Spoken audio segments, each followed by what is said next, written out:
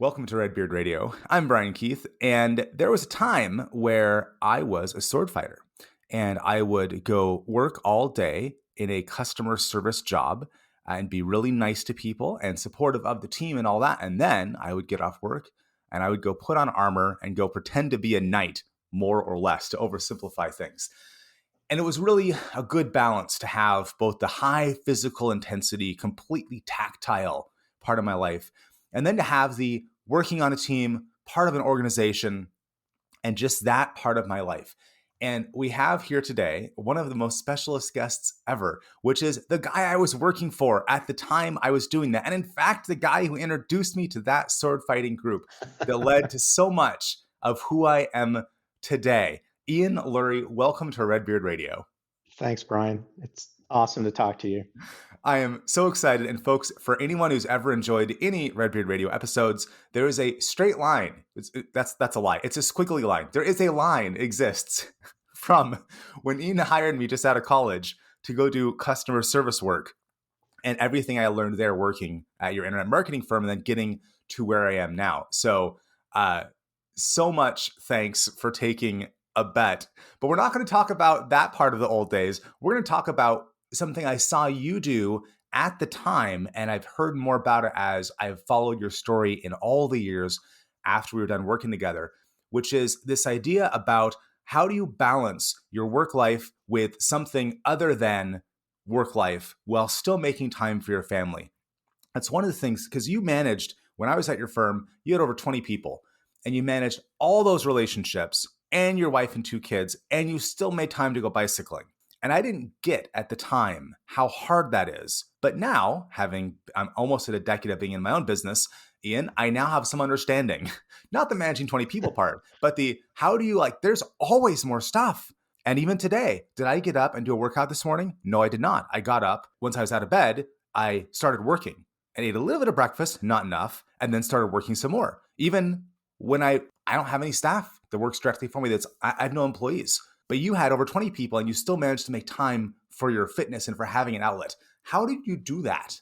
It's kind of interesting because you said there's always something else. And that was a big part of it, is understanding there will always be something else. And, for me, my workouts, just like for you, swinging a sword was a moment when I wasn't thinking, if that makes sense. I wasn't really thinking about work. I wasn't thinking about anything else. So just trying to find time and not setting fitness goals.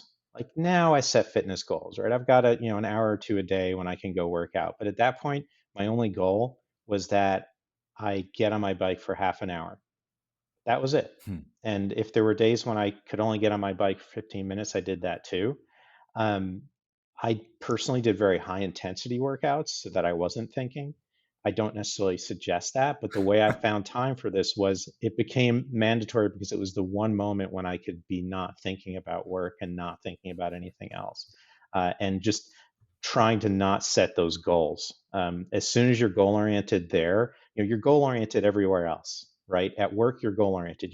This year I'm going to get to this profitability, or I have these 3 people who I need to work out some stuff that they're having challenges with, or at home, my daughter has to be peeled out of the car every day to go to kindergarten because she's freaking out.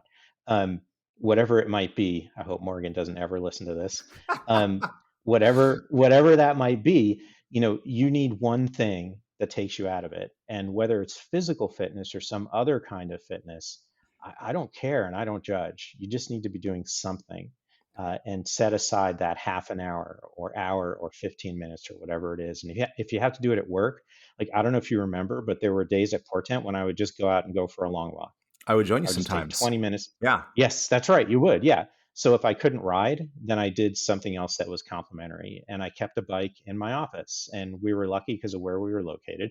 But I could hop on my bike for half an hour. I could go out for a half an hour walk. I could do whatever. That was really important, even if it meant that I was eating lunch at my desk. You make me think of 2 years ago when I had this, maybe it's a goal, I don't know. I had a system of, I'm just going to go out every Wednesday. I'm going to get outside. I'm going to go do it on Mount Rainier. And 5 weeks in a row, I went to Mount Rainier and went hiking up in the direction of Camp Muir or snowshoeing around or whatever. And it Hmm. was this time of year, October, November. So it got quite snowy out. One of those times I did a cold training thing where I was wearing basically just shorts and people were staring at me as snow whipped my bare skin on my chest and my arms. And they looked at me and one person said, Wim Hof, and I gave him a thumbs up. Uh, so that was fun. But just being out there every week, and there's also the benefit of it's a quite a drive. So I had all this time to listen to podcasts and self-development stuff and even courses on membership sites. I had all this time because I was stuck in a car. But then I got there. Hmm. And I had the space where I didn't, and I did have my phone on me occasionally, but for the most part, no phone on, not taking video, not taking pictures, just completely present with the problems at hand, which is snowshoeing up here, climbing down this wall of snow. I was just there and I think, oh man, it's been 2 years, Ian, since it's 2 years since I last did that. And I have my excuses are great. I moved, I just got married, got to fix up a house. My excuses are fantastic, but you've managed to not let your excuses get in the way of staying active. But you've had some really good excuses too with all the stuff that's happened in your personal and work life. What should people do, like even today when I didn't work out this morning, instead I went to work? What should people do when they see those excuses crowding out their good intentions? You were talking about how the blurrier things get over the years, the smarter I sound. There were lots of times when the excuses, when I didn't work out. And Mm, you have to be willing to give yourself that space. None of us are competitive. Well, most of us are not competitive athletes, right? So if you miss a week, if you miss a day, you have to do what you can do. Don't make it into a job as well. mm, Because as soon as it becomes a job, it's no longer serving its purpose, and there's no point in doing it. For me, I have a strong desire to move around, and I'm actually not a huge outdoors person. Like a lot of my cycling has been indoors, hmm, particularly living in Seattle, right? mhm. Um, but it's just I do have a strong desire to move around periodically. So I just let that take me where I wanted it to. I am much more goal focused now. There are specific things that I train for. Um, but now, I'm an individual consultant and business is not that difficult. So I can do that and invest some effort and emotional energy into it. But the biggest thing is do not turn it into something where you feel obligated to do it. As soon as you do, it's no longer of value to you. So if you start to get tired of going out to Mount Rainier, if you don't have time, maybe working on your house is the way to do it, right? Maybe working on your sailboat for half an hour. Just something where you can get out of your own head just for a little while. Because I think people think about it as a fitness thing, a physical fitness thing, and it's not so much a physical fitness thing as it is a mental fitness thing and a chance to get out of your own head. That's what you need is something that gets you out of your own head. I've heard a lot of people refer to being out in the mountains as their church, and I Yes. greatly identify with this. That is where I touch the divine. There's this idea of the Zen Buddhist laughing monk who's like the Hmm. sensei who's just laughing, and I, on a disturbingly regular basis, laugh like a crazy person at the smallest of things when I'm out in the mountains. And I think if anyone was watching me, they would clearly think I had some problems because I'm just so present in a way that when I'm building something or podcasting or whatever, I'm just not as embodied, I guess we could say. Well, and for me, I do incredibly intense workouts. The workout program I use is actually called the Sufferfest. I'm not kidding. Um, it's a as horrible as that sounds, it's a great system, and it's very careful about not injuring yourself. There's a lot of rest time, but I do when I'm doing a high intensity workout, it's really high intensity, and I may not be laughing hysterically, but I guarantee you, I'm not thinking about anything except moving my pedals. Mhm. And there's a reason for that. It's I'm not just a masochist. It's because I really am not thinking about anything else. I'm thinking about the next interval. I'm thinking about, you know, keeping my core in just the right place and pedaling with just the right form. And that's all I can think. If I'm riding outdoors, the way people drive, it's all about the video game. I mean, and that sounds awful, but it's true. I'm not thinking about anything else. I'm thinking very carefully about the road in front of me, how difficult the hill's going to be, how much further I have to go. If I'm riding downtown, I'm just very alert. I'm just Yeah. keeping my eyes open. For the doors and the cars, and as good as people can, as well as people can behave around bicycles, you're still constantly on the lookout, right? That means I'm not thinking about anything else. Nothing else. I used to live in North Seattle and I worked in South Seattle and I biked to work sometimes in the winter, in the rain, at night Hmm. because I was worked Hmm. weird shifts. And you only need 1 out of 1,000 people to be inattentive or actually malicious. I mean, I Yep. was never more awake than this one morning where I worked a 6 a.m. to 2 p.m. shift, and one guy had to call off, and I was hoping I'd get 6 a.m. Be extended to 6 p.m. But no, I got 2 a.m. to 2 p.m. that day. So there I am. I'm biking to work. It's like February bike to work month, I think, and it's frosty out, so the ground is a little bit icy. Hmm. And I'm thinking, ooh, this is exciting. And I have all my extra gear on because it's freaking cold, and I'm biking sort of fast, and it's windy. And Seattle, for those who don't know, has a lot of hills, so there's a lot of zooming down hills fast enough that cars don't hit you, but not so fast you lose control, and it's icy out. And I saw all these people out and about, and I thought, wow, there's a lot of people getting to work early. And then after a while, my brain caught up with me that no, these people are going home from the bars, and they're driving home Yeah. from bars, and here Yep. I'm biking to Yep. work. This is a bad idea. I didn't die that time, but Yeah. there's nothing else exists, and try not to die in the next 30 seconds. Yeah. I mean, and it sounds crazy because cycling is not that dangerous. I mean, people talk about it, but it's just not. Um, and yet there is something about it, right? You're zipping along on two wheels. You're generally going pretty fast, and the more fit you get, the faster you go.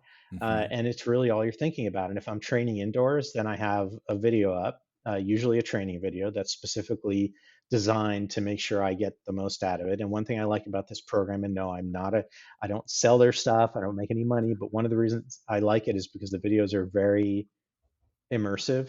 Mm. They can be funny. They're, great cycling footage. There's all sorts of good stuff about them. So again, it's a very, sort of disconnecting experience. I will tell you that the last time that I was really distracted in riding my bike was 2 years ago, and I pancaked into gravel going Mm. about 15 miles an hour, Oh, and had 5 hospital visits over a 2-month period because of a MRSA infection. So oh, now you're in your 30s, I think. So you don't have yeah. to worry about these things. But as someone who has who crossed over 50 a few years ago, I'm not as durable as I used to be. So that was an important lesson that if you do feel very distracted, if you've had a truly awful day at work or something, maybe getting out and doing something physical could help and be great.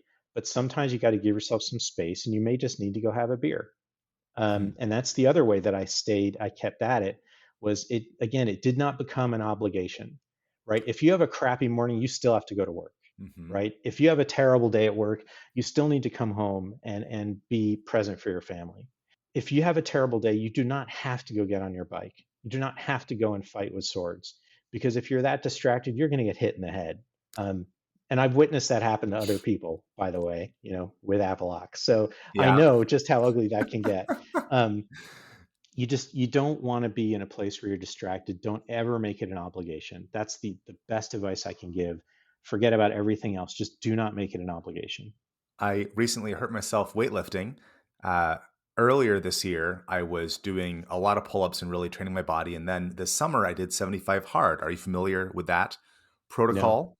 The 75 days with a whole bunch of rules, including two 45-minute workouts every day, Oh plus a God. gallon of water, etc. Yeah. And what I found was I stopped. I actually reduced my fitness level, though I increased my time spent moving Hmm. because I couldn't actually do pull-ups for 45 minutes and I couldn't do a weightlifting thing for 45 minutes straight. I wasn't that fit yet. So I did a vast amount. I rode over 300 kilometers. I walked over 150 miles. Uh, and so I did a lot of lower intensity things that I could do for longer. Hmm. And then when that got done, I said, okay, I'm done with 75 hard, the chore, the job, right? The thing I was committed to. Now I get to go lift weights. Hmm. Second day doing it, hurt myself. Yeah. Yeah. And it's just this, like, because I'm so excited and I'm not not taking it slow and say like, oh, I can do this thing again, I'm so excited, and then bam, injury. Come on, man. I Well, should and be you have better to than be, that. well, and some of it is, you should be excited, but for me, some of the excitement is in the technique as well. And that's Yeah. another reason cycling works so well for me, because Mm. it's a fairly technical sport. You're doing a lot of things. Uh, if you're doing it right, you're doing a lot of, that's not fair. If you're really into it and you're doing it as a sport, you're doing a lot of things. And what that means is when I get on my bike after a long time, what I try to do is be as excited about the gears, the pedals, making it all work. Again, focusing on form as much as on how fast I'm going. Yeah, Um, fundamentals. try to focus on, because I do the same. I mean, I injure myself all the time, and I always have. I've always overdone it. I've always overdone it. I've had knee surgery. I had a terrible back injury. Like I said, pancaked into gravel. I of course couldn't just ride, so I raced in college and had all sorts of horrible crashes. And when you're in college, you just laugh. It's like, oh, look at that 50 bikes rode over me. That's hilarious. Yeah. Um, if I did it now, I'd be a sack of meat, and it would be 6 months before I could move again. Um, but there is the technique of it too. And whatever you do, whether it's walking, if walking is what you do, then you can be excited about what you're going to see as much as you can be excited about the fact that you're going to get your heart rate up.